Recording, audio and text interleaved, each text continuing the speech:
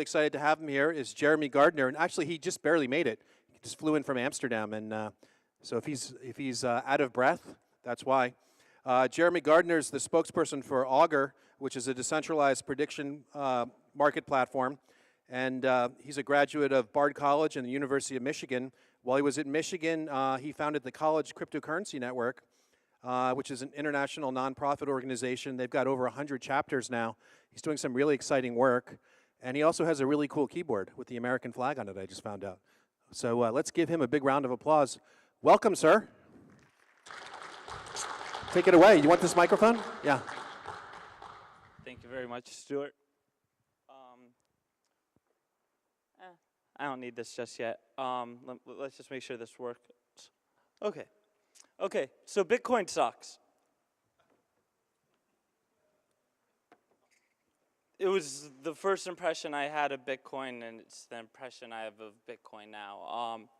It sucks. I mean, technologically, it's a tour de force.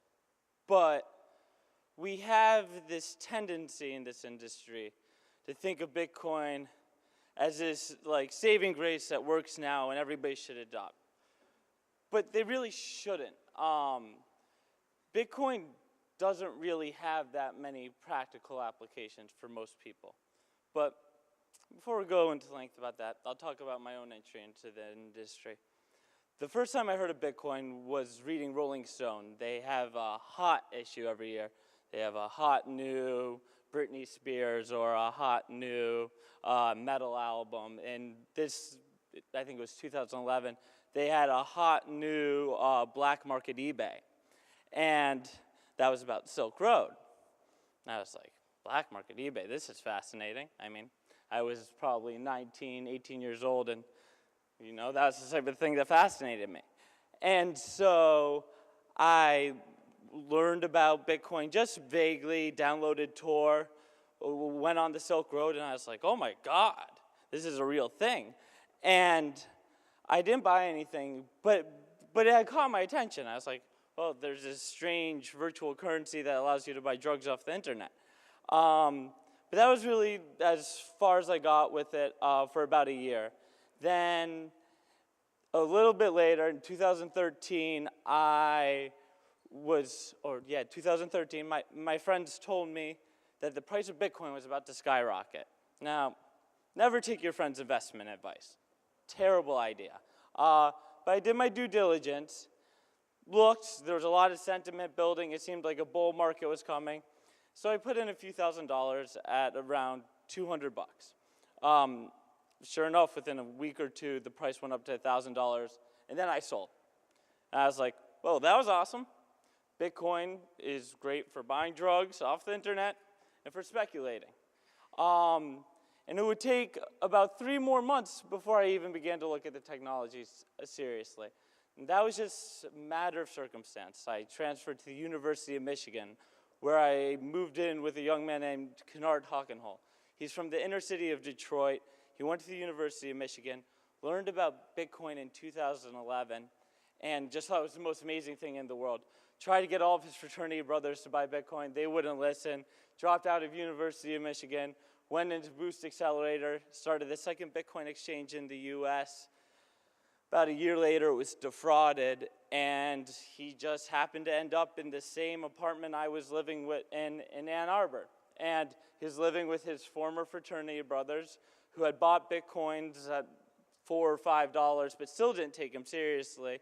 But because I was new at Michigan, I humored him and was willing to kind of listen to his pitch for this technology that I had found interesting, like for all the reasons I had said before, but didn't see much value in. He's an anarchist. We don't really have the same views of the world. But this notion of the blockchain and the ability to transfer value to anybody, anywhere in the world with an internet connection in under 10 minutes, so without a third party, without a bank or a PayPal, that to me was compelling. But it was immediately clear that Bitcoin had an image problem. So I like to think of myself as maybe not the brightest bulb in the bunch, but bright enough that when I come across a new technology, I tend to get how it works. But with Bitcoin, That hadn't been the case.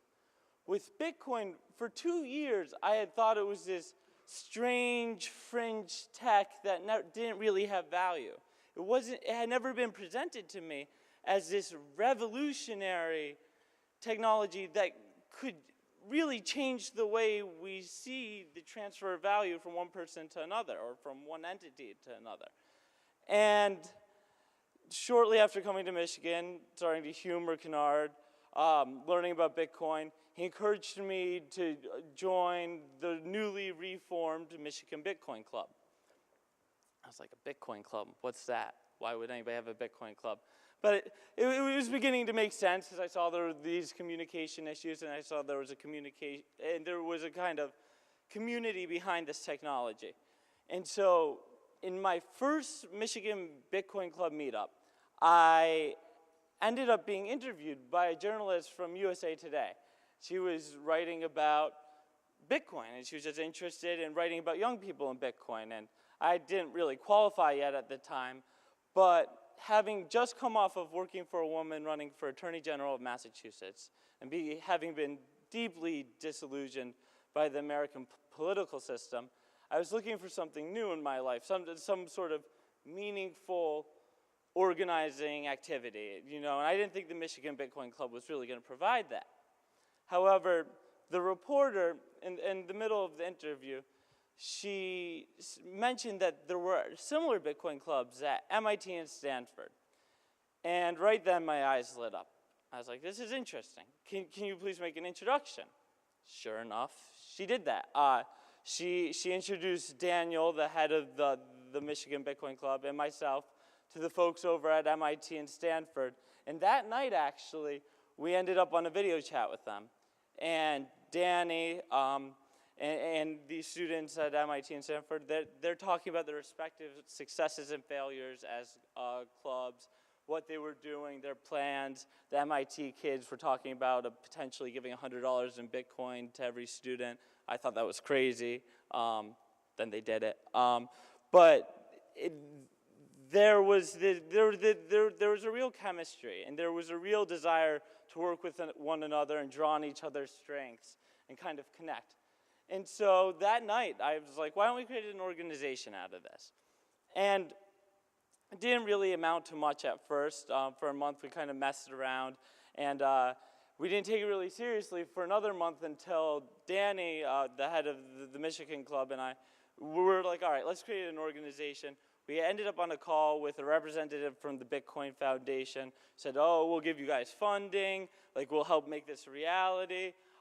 We're driving down to Mardi Gras in New Orleans, and we're really excited, and we're like, this is awesome. Let's create the College Cryptocurrency Network, and we agreed on it right then. Never got the money from the foundation, but we had the beginning of something. We had the beginning of this little network, and we had found other Bitcoin clubs. There was one at Penn State, one at the Warsaw School of Economics, and we got one started at Ohio State University. So there were about a half dozen Bitcoin clubs when this organization was founded. And for the next 11 months, I guess that's how long it's been, we've slowly been building. But in the meantime, Bitcoin as a technology has continued to suck. And the reason for this is because the wrong questions are being asked. This may work. I could do this by hand. When will the Bitcoin price rise?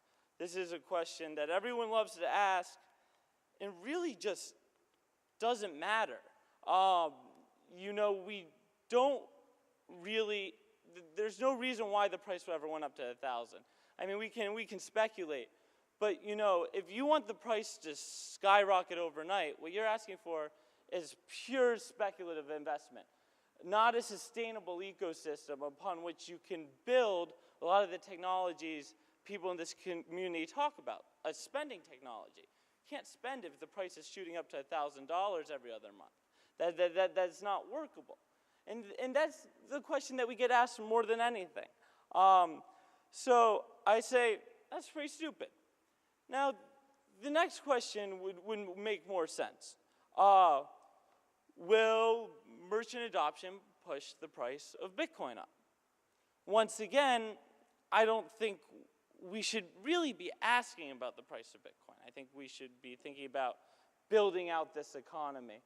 But it's a good question nonetheless. However, you have PayPal, Expedia, Overstock, Wikimedia. You have these large institutions accepting Bitcoin, and what's happening? Nothing. In fact, it doesn't push the price up, pushes it down, because it's selling pressure. Because these merchants aren't actually accepting Bitcoin, they're just converting it immediately into fiat and appeasing the Bitcoiners who want to spend their Bitcoin, but not actually taking on any of the risk of holding the Bitcoin itself, thus in no way really helping the ecosystem besides raising awareness, which I believe can be done in better ways. Then there's another fairly reasonable question. Will regulation help? Bit licenses, you know, New Jersey is looking at this. But, I mean, come on. That's not going to happen until we have technocrats running financial regulations, and that doesn't happen. Ben Lawsky likes Bitcoin, but he's delegating his job to other people who aren't taking the time to really understand how this technology works and how it should be regulated. So you've got all of these answers: merchant adoption, regulation. When will the price go up? But that's not what can be focused on. It's not the right way of looking at this tech. Now, this is a question that in the past 11 months, no one asked. I mean, some people may have been like, hey, the CCN sounds like a good idea. But nobody spoke about the idea of a grassroots undertaking. And now, this may be because there weren't enough Obama supporters in the Bitcoin ecosystem. People that don't remember how powerful grassroots activism can be. But if you want to create a catalyst for change, and now I'm not saying Obama has been a catalyst for change, but if you want to create a catalyst for change, it has to start at the roots. You can't have regulations, you can't have merchant adoption come before large numbers of people begin to embrace, understand, and spread this technology. So my answer to that question is perhaps. What you have here is the distribution of the college cryptocurrency network in the past 11 months. It's been totally grassroots. We've gotten some funding, shout outs to BitPay and Digital BTC who helped us, but for most of our tenure, we've done this without money.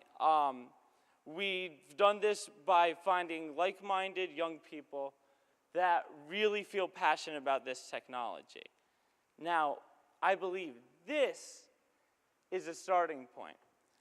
And the reason why I believe this is based off of some very strange anecdotal evidence. But I was reading Malcolm Gladwell at about the time I started talking to Kennard about Bitcoin. And I was reading Outliers, and I was reading Tipping Point.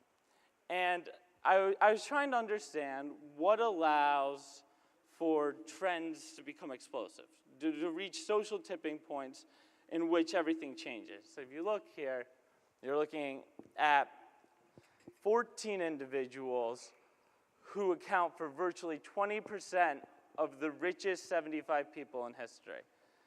And interestingly, they were all born within 9 years of each other. Now, you might think that's a coincidence, but then as you begin to think about the years in which they were born, you're thinking about the 1860s and 70s, the years in which really the way we thought about finance, the way we thought about industry was radically transformed after the Civil War and the Industrial Revolution. And these people, not only were they gifted and smart and intelligent, as many Bitcoiners are, but they also realized that they had an opportunity. and they grasped onto it. I want to point out that Hetty Green, a woman born in 1834, was the 36th richest person in history. This was opportunity that existed for everyone, and these folks capitalized on it. And this isn't the only time this has happened. You've had this happen with the PC kings, Steve Jobs, Paul Allen, Bill Gates. All these guys were born within nearly 1 year of each other. They're all smart. They're all gifted. But they also were in the right place at the right time. And they saw an opportunity to engage with new rising technologies and really have the potential to change the world with it. And that's where I introduced the term Generation Blockchain.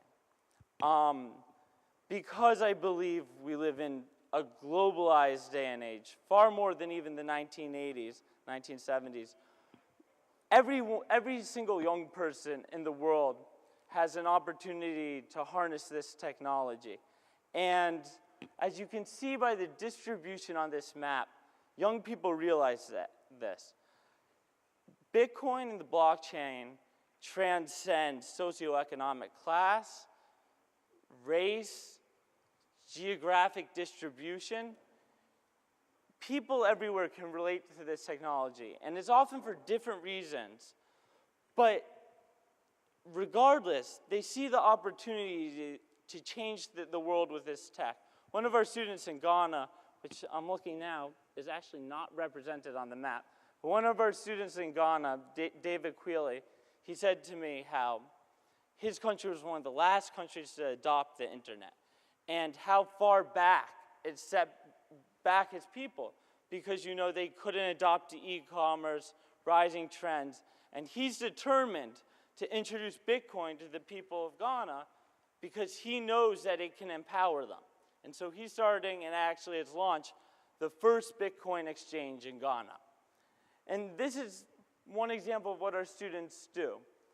But I'd like to quickly kind of discuss what the College Cryptocurrency Network is, because talking in a lot of vague allegories. But what we are is a loose affiliation. We were born and developed much in the nature of Bitcoin, fully decentralized. We provide our students with resources, PowerPoint presentations, introductory documents, marketing materials that they can give to local stores. We give images that they can use for any sort of marketing that they want to do. And they collaborate. We use Slack, which is a group chatting app. And students from all over the world kind of collaborate and talk about ideas they have with one another. And we're really flexible. Some students want to start businesses. And if they have a great idea, I'll connect them with a venture capitalist or an accelerator. In fact, of our founding 10 club heads, I believe we have had over half of them drop out to go work at Bitcoin companies that they've started or gone to work with. And it continues to happen because young people, unlike the people that lived in the 1820s that weren't able to catch on to the industrial movement, or the people that worked at IBM before Steve Jobs could ever be offered a job there, young people recognize that this is a unique opportunity. They recognize it because they live in a post-9/11 world, a post-Great Recession world, a world in which they're not satisfied with the status quo, and in which they want to see meaningful change happen. So we provide them with the tools to do that. We don't tell them what to do. We just provide them with any sort of resource that they could ask for, whether it's legal advice. Well, obviously, we don't give the legal advice, or connections to other students or academics if they want to do academic research. We actually have 2 students here who have had multiple pieces published academically on cryptocurrencies. which is very rare. And we're willing to help and try to engender a grassroots movement. One thing, what you have shown here is the Bay Bit hack, which is in top left. We had over 100 initial participants. So it's the largest Bitcoin hackathon ever. It was at Berkeley. At the end, I think we had over 36 students submit. The winning team's absolutely extraordinary. I work with them regularly. First team that I believe has truly conquered the remittance problem with Bitcoin. And we've helped host over 24 conferences and hackathons around the world.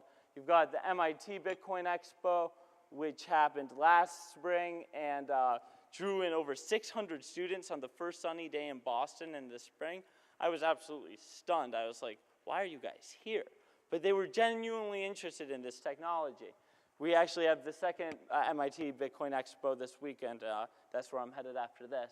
And up here is the first regional Bitcoin seminar in Africa. The CCN sponsored the first Bitcoin conference, and they had great turnout. And you know, all these people come from different places. You know, the winning team from the Bay Bit hack, they're from Southeast Asia, mostly Indonesia. MIT, you've got some of the most privileged kids in the world. And then up right, you've got some that are incredibly underprivileged, yet they can all relate to this technology. And they can all tap into it. And I believe that if Bitcoin's going to be successful, it's young people like this that are necessary to make it work. Because it can't, Bitcoin is money, the blockchain is the transfer of value, and these things are universal. So this technology has to be adopted universally. There's really, in my mind, no other way it can work. I'll take some questions and then I'll sum up everything that I've said and give you some good ideas for what I believe will work. Questions? Yeah. Okay. Cool, yep. So you had a list of people whom you call very smart. You know, one of them is Bill Gates. He lives close to me. Well, he's a different demographic, but he lives in my town. The thing about starting with Bill Gates, you know, that you mentioned, he really hasn't invented anything. He took something from somebody else. He's an example of the inegalitarian spiral we're seeing. So I just wanted to ask you, like, what's so impressive about him? And also the other guys whom you mentioned, because they kind of contradictory to the Bitcoin movement, which is egalitarian, versus the other is, you know, very rich people who earn, well, who kind of have 90% of the resources. What's so impressive about people like them? So, yes, Bill Gates is the son of a very renowned lawyer and came from a wealthy family and was actually incredibly lucky to be one of the first people to be, young people to be introduced to a computer and learn how to write code. That made him actually more unique than Steve Jobs, if you ask me. But if you look at someone like Andrew Carnegie, I mean, Andrew Carnegie was the son of Irish immigrants. He was working for nickels a day on the railroad, and you know, one of the guys that worked on the railroads, one of his bosses saw some opportunity, saw some talent in the young man, and he offered him some stock in the company and flipped that stock, started hustling. I don't know Carnegie's life story really well, but he became incredibly wealthy. I don't know the biography of every single person there, but Bitcoin is not just money. So yes, there are going to be the Winklevi of the world that are going to start off with a lot of money.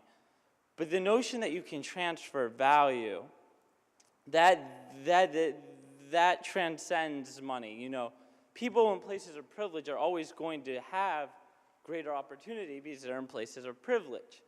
But I believe that this technology is so new and so nascent that young people right now, if they learn enough about this, have the opportunity to, if they don't want to start their own company, you know, if you can write code and you know the blockchain, you can get a job at virtually any Bitcoin company. I think very few people would doubt that. So you have the opportunity to join this movement regardless of your class. That's a possible. I don't really see how Bill Gates' privilege really relates, and I still think Bill Gates is quite brilliant. Cool. We're on the same page mostly, apart from your list of people. Cool. Question over here. Remember to say where you're from, too, just so people in the audience know who you are. Hi, this is Manu from Hamburg. I'm one of the global shapers of the World Economic Forum, and we're looking into cryptocurrencies from a philanthropical perspective, and I'm a proud member of CCN. So that might guide my question a bit, Jeremy. You've been talking, that was quite interesting, about Microsoft and other big corporations and what role they play and what role they wanted to play, and maybe the impact might have differed. So my question would be, now that this is such a huge movement by students, for students and universities, how and what kind of old economy do we want to engage, and how do we do that? Because that's kind of atypical, right? Usually old economy tells us as students how things work, and now we want to reach out and tell them things are changing. So what are your insights on that? I believe we should engage with everyone. You know, I've got an American flag keyboard cover. I get called a statist by Bitcoiners all the time. But if we refuse to work from within the system, we're never going to improve it. And yes, I know there are anarchists in the audience and in the industry that want to see the total destruction of the state. But I'd like to think I'm pragmatic in saying that's probably not going to happen. So with that underlying assumption, we do have to work with the state. We have to work with pre-existing entities. We have to work with banks. I don't like to admit it, but if Western Union wants to adopt blockchain technology, they're very well going to be able to. And so we have to be prepared for that. And Sun Tzu in The Art of War says, keep your friends close, but your enemies closer. And it would be really unwise for us to push away the old institutions, because firstly, there's a lot to learn from them. You can learn from their mistakes, and you can learn from their successes. But secondly, they're not all bad guys. I don't believe every banker is a bad guy. When I was living in Michigan, every single kid I lived with, besides Kennard, of course, went to work at Goldman Sachs or JP Morgan or Amex, and now I don't talk to those guys very much anymore. But they were my friends, and they're still human beings. And so when we villainize the old guard, we really kind of jeopardize our own chances at success, because they still are the old guard. And, they're not going anywhere. They still have very large bank accounts. So it's much more savvy for us to engage them than try to go head on, And I think the strategic alliances will allow this technology to move forward a lot faster. The recent Observer report about Ripple, Jed McCaleb, I think that revealed to us how badly Mt. Gox actually set back this industry, I'd say by years, by losing the relationship that was being formed with Wells Fargo. I mean, they were ready to go all in on Bitcoin. And when that relationship was lost, I think this industry really was irreparably harmed, and we need to kind of strengthen back up. And I think, if anything, Bitcoin has shown to be extraordinarily resilient, but the challenges have just begun. I mean, if you look at foreign exchange, $500 billion is traded in Forex every single day. And Bitcoin's net worth, $3 billion. Forex traders could stomp us out like that if we're not careful. So it's really a matter of being practical and recognizing where we are in the world. We can't get our egos too inflated. I remind myself that in the mirror every day. All right, cool. Any final questions for our speaker? Well, with that, thank you. I'm going to give a few pieces of guidance. Okay. Quickly. Because I believe the questions that were being asked that I kind of chastised earlier, they're not the wrong questions necessarily. They're just not being asked in the right way. So when we look at PayPal, GIF, Microsoft, Dell, Overstock, Expedia, instead of being like, oh yes, they're accepting Bitcoin. Yeah, I mean, that's great. I mean, we now have a bunch of attention on this technology, but who's going to use Bitcoin now because they accept it? It doesn't catalyze anybody to using Bitcoin.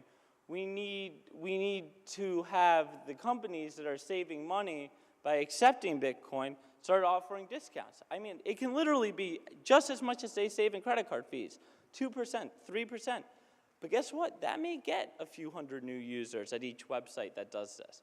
You know, if you're a company saving money accepting this technology, which every company is, there are really no costs incurred, especially with the business model that the BitPays and Coinbases of the world have developed, there's no reason why companies should not be giving slight or even large discounts to consumers that use Bitcoin. Because every time that one more user uses Bitcoin, they reduce their rates of fraud, chargeback. They have every incentive to incentivize consumers to use this technology. So I don't think accepting Bitcoin is a bad thing. It just needs to be done in a way that actually moves this ecosystem forward. The same goes for regulation. You know, Lawsky, like I said, I think he was a well-intentioned guy, say what you will about him. And I think there should be regulations that protect consumers against the Mt. Goxes and my coins of the world. But it has to be done with an understanding of how this technology works and not with sweeping laws that really kind of affect everyone in a detrimental way that harms the growth of this technology. And then lastly, I'd like to point out the companies that, at least in my mind, really have the potential to kind of move this technology forward, and there's some shameless self-promotion in here. You've got BitWage, which allows anyone, regardless of who their employer is, to receive some of their paychecks in Bitcoin. If you truly love Bitcoin and you really believe that it's going to succeed, you have no excuse now with this technology, with BitWage, not to get part of your paycheck in Bitcoin. That's how we stabilize the price or rise the price. But we need people that are regularly engaging and using this technology, not just as a speculative investment, not just to buy drugs, etc., but really as part of their daily lives to really make this work. I've got Zendit up here. They were the winners of the Bay Bit hack. And these guys are amazing. They are a remittance solution that uses the blockchain, but consumers never know they're using Bitcoin. It totally happens on the payment rails, and yet people just use ACH or credit cards or debit cards to enter money into their account, and then the mobile money number that they want to send money to anywhere overseas, they do it. It happens in less than an hour at a 2% or less fee, and it's confirmed like that. It's the fastest, cheapest, most efficient, and secure way to remit money on the planet. It uses Bitcoin, and consumers don't even know they're using it. BitPay does like that. It's not as robust, but the notion that people can move money, the purpose that Bitcoin was built for, and do it in a very simple manner. These are the technologies that will allow this technology to thrive, because remittances are $550 billion and growing. You know, the reason why people say, why isn't Western Union adopting the blockchain? It's because their profits are at virtually an all-time high. They've had a business model that's antithetical to Bitcoin. So there's so much room for disruption, yet we have to work our way in there. It's not something that happens overnight. Then lastly, there's my project, Augur, which to me has an appeal that very few companies in this space have. And this isn't actually a company, it's a decentralized application. But what Augur allows you to do is it's a decentralized prediction market platform. It allows you to make a prediction about anything, let's say presidential election, and you can bet on it. you're forced to put your money where your mouth is to bet. And if the report is correct, you're rewarded. If you were wrong in your prediction, you lose money. So it sounds like just betting or gambling. But what's really socially significant about this, and what can make this a world-changing technology, is at a prediction market, when you have people buying and selling shares of an outcome, it converges at a price out of $1. So let's say a share of Hillary Clinton will be elected president, 63 cents. There's a 63% probability of her being elected. Now, Augur, anybody can use it, anywhere in the world. And that means people now have an incentive to use Bitcoin because it allows them to bet on things they couldn't otherwise bet. And if it achieves a modicum of success, you're looking at having the most powerful forecasting tool in human history.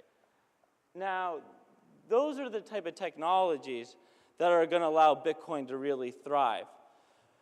But until that point, until we recognize that we need to engage everyone on a local level, not on the macro level, but really have grassroots undertakings to reach those that can be most significantly affected by Bitcoin, this technology is not going to move forward.